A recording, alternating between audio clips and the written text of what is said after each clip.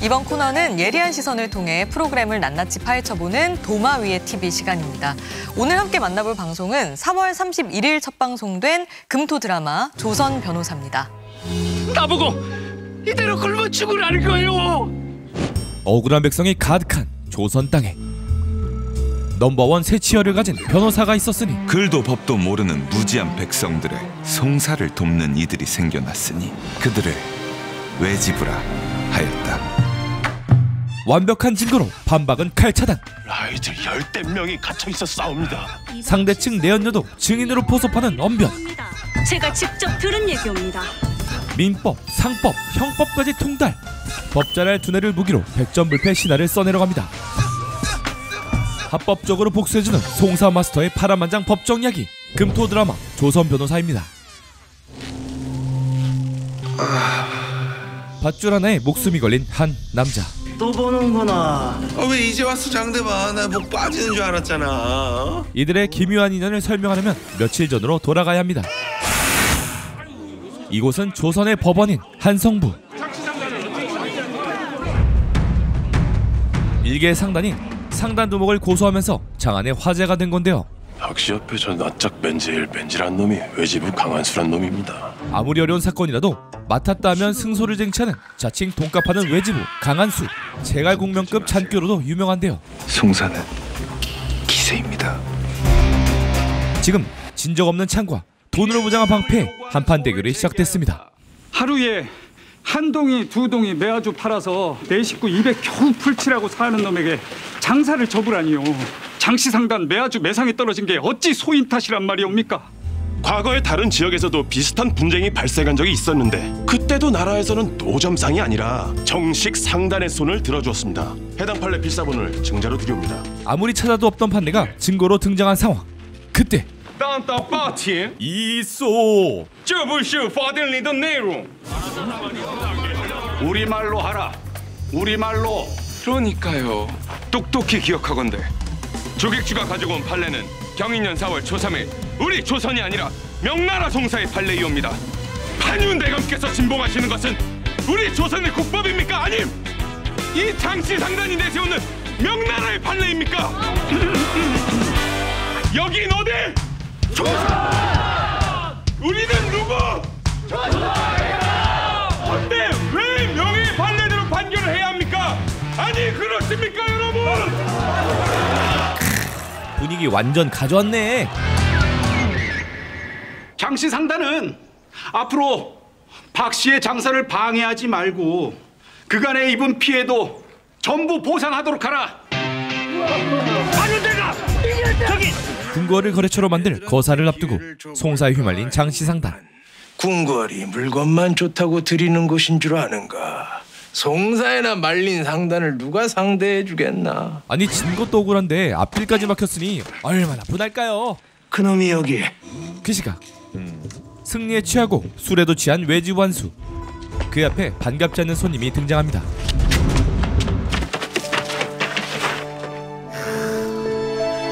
그림 좋다. 응? 결국 이 거꾸리 소동은 패소한 상단에게 원한을 산 결과였네요. 나는 거래 안 할까. 내가 당신 살려줄게. 외지부 따위가 상단인 내게 뭘 줄 수 있겠느냐. 이번에 물 먹은 궁궐 아픈 것 내가 따다드립니다. 이놈이 무슨 수로.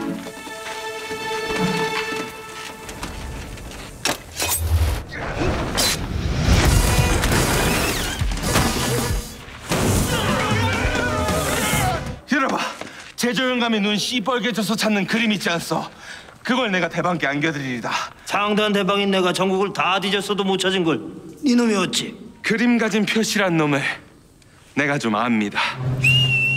장대방이 원하는 걸 꿰뚫고 있던 한수. 그가 찾던 그림을 손에 쥐어주겠노라 호언장담합니다. 날 믿고 한번 가보시겠어? 그따위 알팍한 말빨로 이긴 송사 하나 보고 네 놈을 믿으라. 어림없는 소리. 이때 허니 없는 신뢰 따위 찾지 말고 담보를 하나 세우시지요? 깡좋게 담보를 자처하는 여자 이름은 연주. 소원과 객주의 몸쪽인데요. 사실 그녀는 신분을 숨긴 공주였죠. 법이 곧 칼이 될 수 있다면 믿으시겠사옵니까? 그 칼을 누구보다 잘 휘두르는 사람이 강한수라는 그 외지부고요. 아버지를 죽인 세력에 복수하기 위해 법잘할 한수의 조수를 자처하게 된 거죠. 네가 뭘 하려는 놈인지 무엇까지 해낼 수 있는 놈인지 궁금해졌다 라고 말할 순 없으니까. 날 있게 화면에 반했어요. 돌았구나. 예? 난 송사에 휘말리잖아 잤지. 알아둬서 좋을게. 아직 없는 사람이다. 그건 제가 판단하겠습니다. 사람은 자기 자신을 제일 모른다지 않습니까? 열흘 정도면 돼요? 열 하루? 열 이틀? 열... 사흘? 닷새 안에 끝내마. 좋아요. 나를 부재방면시켜주겠다. 나는 돈이 없는데. 다른 거 있지 않소? 물 건너온 귀한 거. 나를 아는 놈이군. 아주 잘. 허면 서둘러 주시게. 내가 이 급하게 잡혀오느라고 내가 물 한 모금도 못 주고 나왔거든. 배도 한 척 준비를 해주시고. 애들은 니들이 살아. 백냥. 아니 명나라에서 그림만 훔친 줄 알았더니 조선에서 아이들까지 훔친 놈일세? 저런 놈 풀어주면 앞으로 무슨 짓을 하고 다닐지 몰라요. 하지만 그림을 받기 위해선 어쩔 수 없죠. 그거면 되는가? 한 가지 더. 유괴가 벌어졌던 그날 그 밤에 대방어른께서 표씨와 함께 있었던 증언을 해주시면 됩니다. 하나 이놈을 뭘 믿고 그런 위험을 무릅쓴단 말입니까? 위증 한 번에 궁궐 납품권을 얻을 수 있다면야. 그리고 며칠 뒤 조작된 재판이 시작됐습니다. 증인을 대겠습니다. 그날 밤 표씨를 본 사람이 또 있습니다. 들라라!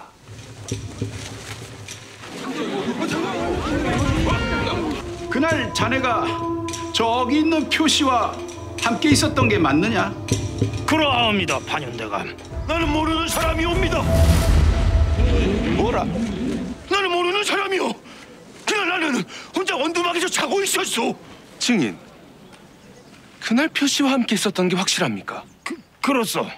헌데 표씨는 혼자 있었고. 그렇소. 표씨, 장대방은 지금 표씨를 도우려는 겁니다.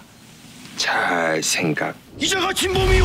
어우 이거 뒤통수 얼얼하시겠어요. 사실을 확실히 알고 있는 사람이 진범밖에 더 있겠소. 진범이라니. 내가 왜? 저는 아이들 납치 사건과는 하등의 관계가 없사옵니다. 헌데 왜 표씨와 함께 있었다고 증언을 했느냐? 그것은 저놈이 시킨 일입니다. 저놈에게 속아서 한 위증입니다. 억울합니다, 반윤대감. 마침 제 행적을 증언해줄 조객주가 이 자리에 있습니다. 그날 장대방과 함께 있었던 게 맞느냐? 맞습니다. 그리고 여기서 또 한 번의 반전이 일어납니다. 강해지부의 말이 맞습니다. 이 사건의 진범은 장대방이옵니다. 뭐라? 니는 지금 뭐라 하느냐? 소인도 방금 상단의 선박들을 점검하다가 알게 된 사실이옵니다. 사실 이 통수전은 한수가 판을 짠 큰 그림이었는데요. 어찌 의심이 많으신지. 대체 뭐하는 놈이냐? 혹시 누구 한 사람을 몰락시키기 가장 쉬운 방법이 뭔지 아십니까? 누명을 씌우는 겁니다. 월척이요.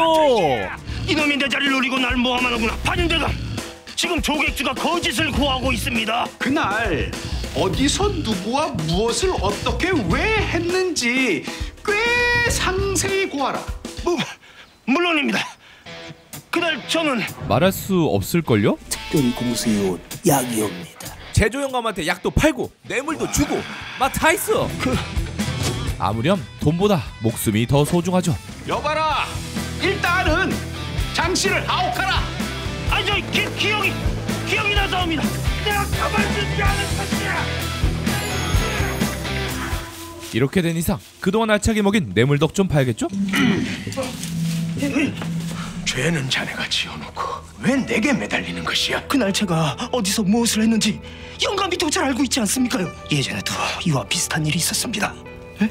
멀쩡한 사람 하나 골로 보내는 방법 중에 가장 쉬운 방법이 모함이라고. 적당한 구신 중자 만들어서 누명을 씌우면 끝난다 말씀하신 게 바로 이 영감 아닙니까? 네가 아주 죽고 싶어 환장을 한 게로구나. 감히 그 일을 입에 올리냐? 제가 죽을 수 없지 않습니까? 사실 도둑놈을 미끼로 장대방을 잡은 데는 다 이유가 있었습니다. 이래도 입을 안 열 것이냐? 제가 송사를 좀 무마해달라. 뇌물로 건넨 부찜이 분명합니다. 제가 장 씨를 기찰하면서 들은 소식과도 일치합니다. 아닙니다, 나리.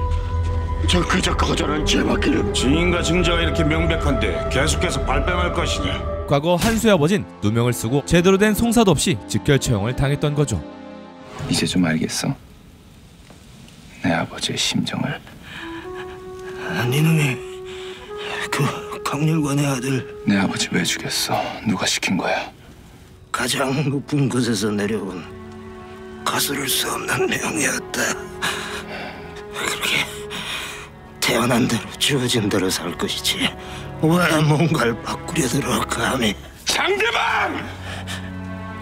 아버지의 죽음의 비밀을 밝히고 누명을 씌운 이들에게 더 처절하게 복수해주리라 다짐합니다. 다음 차례는 당신이야. 그리고 대감과 훈구를 위해 피땀 흘린 증거가 여기 이렇게 있습니다. 저를 버리시면 안 됩니다, 대감. 조선의 가장 높은 곳에서 꼬리 자르기가 시작됐습니다. 강한수라고 했나? 안 그래도 그놈이 보통 내기가 아니라서 주시하고 있던 중입니다. 한수의 거침없는 움직임도 포착당했네요. 하지만 한수도 혼자는 아니죠. 함께 산전수전, 공중전까지 치른 사무관 동치와 민법, 형법, 상법 가릴 것 없이 송사만 맡았다면 백전백승 한 번도 패소한 적이 없고요. 그의 편에서 든든한 조력자가 되어줄 공주까지. 절 고용대송 사무소의 조수로 삼아주십시오. 제가 외지분할이만의 담화가 되어드리겠습니다.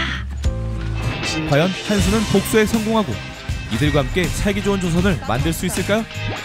도마의 TV에서 들여다봅니다.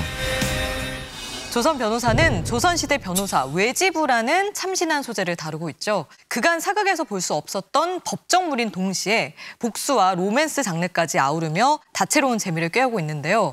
위원들은 조선 변호사를 시청하면서 어떤 감상을 또 받으셨을지 궁금합니다. 조선 변호사 같은 경우는 조선시대에도 변호사가 활동했다라고 하는 참신한 설정이 우선 시청자들을 주목하게 만듭니다. 연출을 맡은 김승우 감독이 지금의 이 시청자들에게도 당시 조선시대의 어떤 민중들의 애환이 좀 공감이 되었으면 좋겠다라고 포부를 밝혔는데요. 장치상단의 갑질이라든가 여러 사건들이 오늘날 충분히 환기가 되는 지점이 있다고 생각합니다.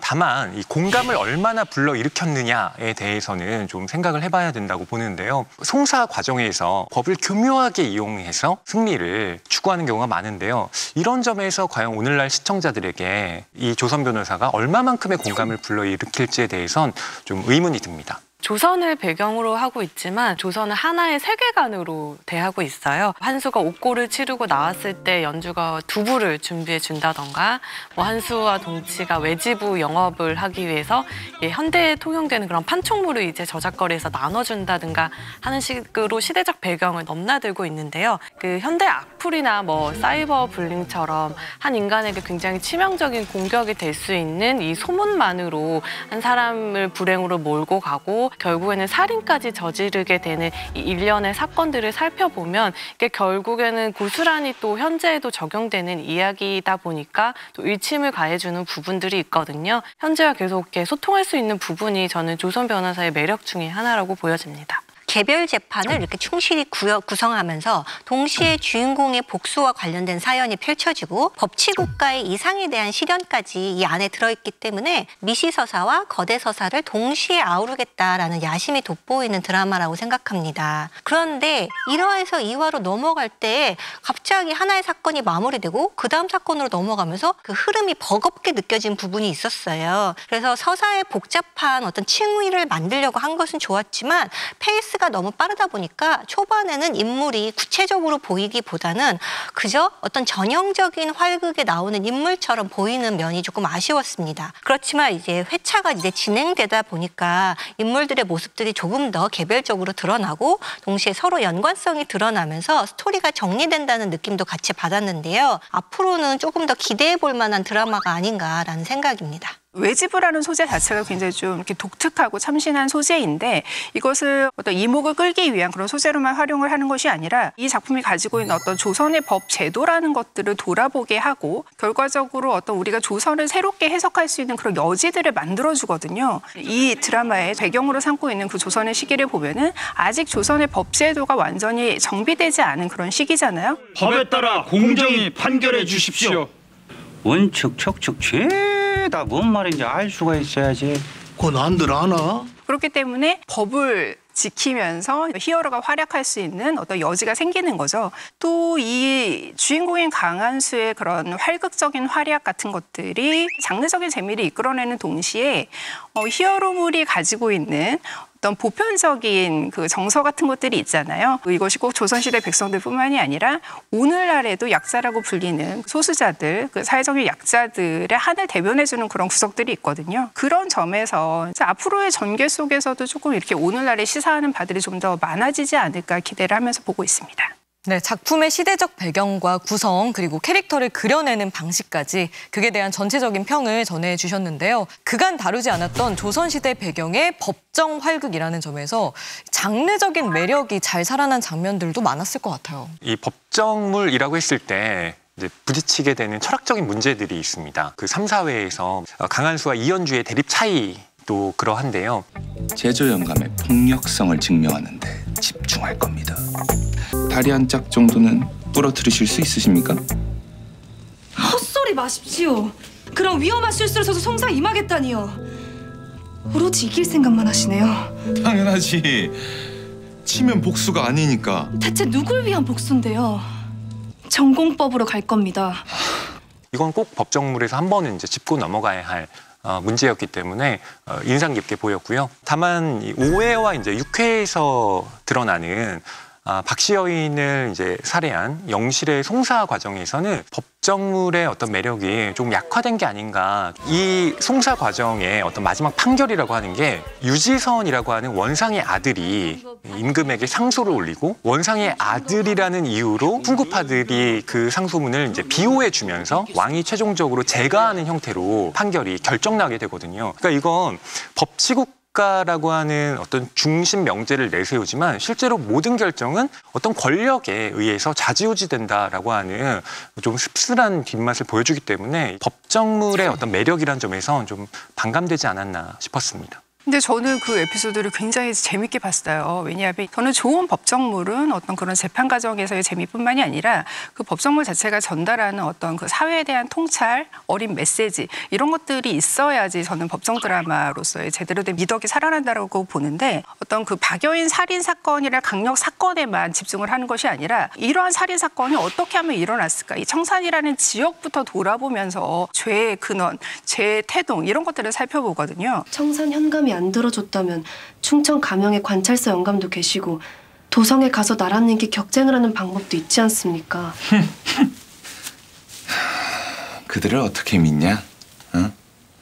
이 윗물이 맑아야 아랫물이 맑다고 했다. 이 촌동네 고을 수령이 이 정도로 썩었으면 더 큰 관청, 심지어 조정에서 일하는 윗대가리들은 얼마나 더 썩었겠어. 나의 억울함을 벼슬아치나 나라님이 해결해 줄 거란 믿음은 환상이다. 재미있었을 겁니다. 이곳은 한시라도 손을 놀리지 않으면 입이 궁해지는 척박한 지역이니까요. 아니 매일같이 반복되는 무료한 일상 속에서 남의 소문만큼 색다른 재미가 또 어디 있었겠습니까? 남자여 환장한 년이야 그년이.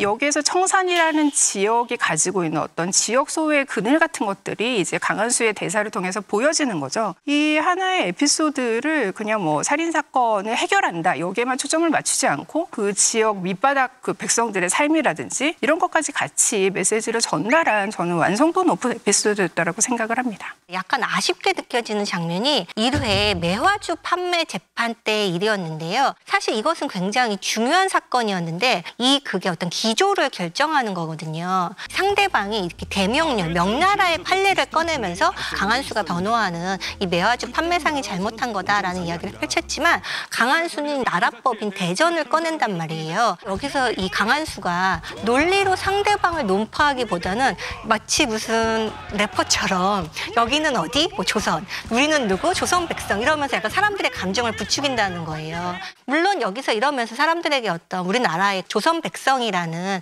이런 정체성을 고취하는 게 중요하지만 그것을 논리적으로 풀어나갈 때 이 드라마가 나라의 실정에 맞는 나라법의 중요성을 설파하는 드라마구나라는 것을 딱 박아줄 수 있었는데 강한수라는 사람은 대중의 심리를 조정하는 데 기술이 있는 법 기술자구나 약간 그런 생각에 더 가까웠거든요. 사실은 저는 이것보다는 조금 더 이 원칙에 가깝게 접근했으면 어땠을까라는 아쉬움은 들었습니다. 네, 다음은 극의 중심이 되는 주연 캐릭터들에 대해서 이야기 나눠볼게요.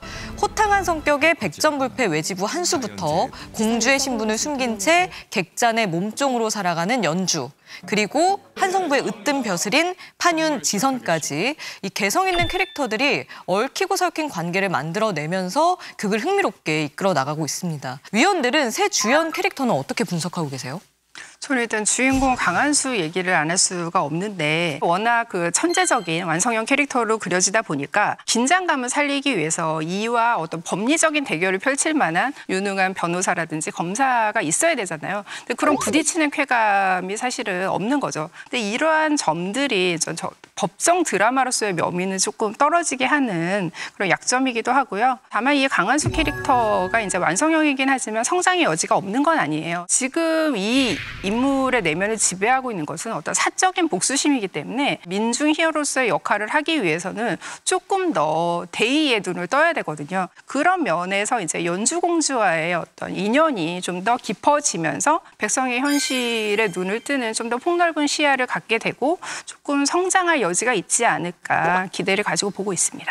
이연주 캐릭터가 확실히 좀 눈여겨볼 캐릭터라고 생각이 드는데요. 민중과 함께하는 삶을 살겠다라고 해서 궁궐 밖으로 나와서 사는 이런 면모도 굉장히 좀 인상 깊게 보이고요. 굉장히 전략적인 인물이라는 거예요. 그러니까 강한수에게 처음에 접근한 게 경국대전의 어떤 법치국가의 이상을 실현하기 위해서 지금의 잃어버린 어떤 왕권을 되찾기 위해서라도 이 강한수를 꼭 필요로 한다라고 하는 목적으로 사실은 접근을 했거든요. 이 이연주라고 하는 캐릭터가 갖고 있는 그런 전략가로서의 면모가 저는 좀 더 두드러져야 이 드라마의 어떤 그 재미가 더 살지 않을까라는 생각이 듭니다. 저는 변화의 폭이 클 수도 있다라는 생각이 드는 인물이 좀 인상적이더라고요. 유지선 캐릭터인데요. 이 아버지인 원상이 굉장히 어마어마한 권력을 가졌잖아요. 근데 거기에 기대기보다는 자기가 생각하는 정의와 이상을 실현하려는 그런 인물이에요. 아버지가 조선에 대해서 내 나라라고 할 때 불편한 기색을 감추지 않는다던가. 애비가 내 나라 조선에서 할 수 있는 많은 일들 중에 비교적 쉬운 일이었으니까. 아마 자신이 생각하는 정의는 아버지의 정의와는 굉장히 다르다라는 걸 지금 계속 보여주고 있거든요. 또 강한수조차도 이 원상대감의 아드님이시라 그 편견을 가지고 있었던 저 스스로가 너무 부끄러워질 정도로 아주 공정하고 아주 훌륭한 분이시라는 걸 알았죠. 그런데 이런 그가 강한수와 이제 이연주의 관계에 의문을 품기 시작하면서 삼각 로맨스가 벌어질 테고, 그렇게 되면 유지선은 강한수를 어떻게 볼 것인가, 또 자신의 이상대로 권력의 핵심인 아버지에게 대항할 것인지 아니면 결국 아버지처럼 변해갈 것인지 지켜보는 재미가 앞으로 더 커질 인물로 보입니다. 네, 이렇게 앞으로의 행보가 기대되는 새 주연 캐릭터 외에도 다양한 조연 캐릭터들이 등장해서 극의 매력을 한층 높여주고 있습니다. 어떤 인물이 위원들의 마음에 씬스틸러로 자리했는지 궁금한데요. 무엇보다도 가장 눈에 띄는 조연은 역시 한수의 조수이자 행동대장 역할을 하고 있는 동치라고 할 수가 있죠. 가령 사회에서 제조 영감이 죽었을 때 거기서 열쇠를 가지고 와서 중요한 정보를 캐내는 그런 역할을 한 것도 동치고, 또 청산에 갔을 때 연주와 한수가 갇혔을 때 구하러 온 사람도 동치고, 그게 어떤 갈등이라든가 진행 자체가 동치가 없으면 진행되지가 않습니다. 하지만 무엇보다도 동치의 가장 중요한 역할은 한수의 트라우마를 잘 이해하는 소꿉친구라는 거예요. 사실 주인공에게는 항상 행동을 같이 하는 사람뿐만 아니라 그 사람의 명분이라든가 그 사람이 하고자 하는 목적을 가장 잘 이해해주는 사람이 필요하잖아요. 그런 의미에서 동치는 한수의 조력자이자 소울메이트로서 이 정도면은 씬스틸러가 아니라 대부분의 씬을 가져가는 주인공이 아닐까라는 생각도 들었습니다. 저는 천호진 배우가 연기하는 이제 원상 유재세 캐릭터를 이야기를 하고 싶은데, 유재세 캐릭터 같은 경우에는 이제 흔히 이런 정치 사극의 전형적인 악역이라고 할 수가 있잖아요. 절대 권력을 휘두르는 어떤 개국공신으로서 진짜 왕보다 더 큰 실세라고 불리는 그런 인물인데, 또 이 인물이 전형적인 그런 악행만 하는 것이 아니라 아들 유지선과의 관계를 통해서 어떤 그 심리를 보여줄 것인가도 좀 흥미롭게 보여지고 있거든요. 유지선이 앞으로 흑화를 예고할 만한 그런 서사를 가지고 있는 인물이기 때문에 이 아들 유지선의 입체적인 변화에 이 인물이 어떻게 반응을 할 것인가, 앞으로의 행보가 조금 주목이 됩니다. 네, 각각의 개성 있는 인물들이 어우러져 어떤 활약을 보여주게 될지 지켜봐야 할 것 같습니다. 그러면 위원들이 앞으로 남은 이야기의 시청 포인트를 좀 꼽아주실까요? 저는 일단 강한수가 어떻게 이런 법에 대한 신념을 갖게 되었느냐가 아직까지는 드러나지는 않았거든요. 억울하게 부모님을 잃고 이제 불행이 모두 거기서 시작이 됐잖아요. 그렇게 구제를 받지 못해서 모든 걸 잃어버렸던 자가 다시 법의 힘을 깨닫고 믿게 된 이 중요한 전사가 어떻게 앞으로 나올 것이냐가 좀 시청 포인트로 보게 될 것 같아요. 로맨스 관계도 빼놓을 수가 없는데, 강한수와 유지선과 또 이현주 이렇게 세 사람이 있을 때 지금은 유지선이 너무 많이 밀려있는 상태잖아요.